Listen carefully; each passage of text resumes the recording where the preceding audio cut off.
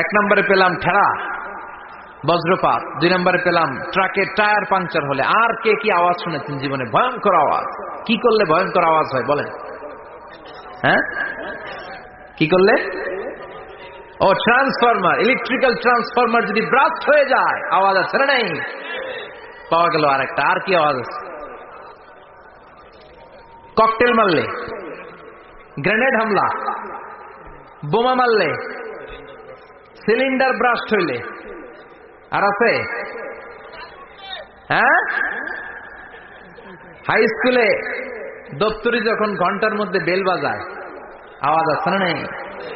হাতুড়ি দিয়ে লোহার মধ্যে বাড়ি মারলে আওয়াজ আছে না নাই?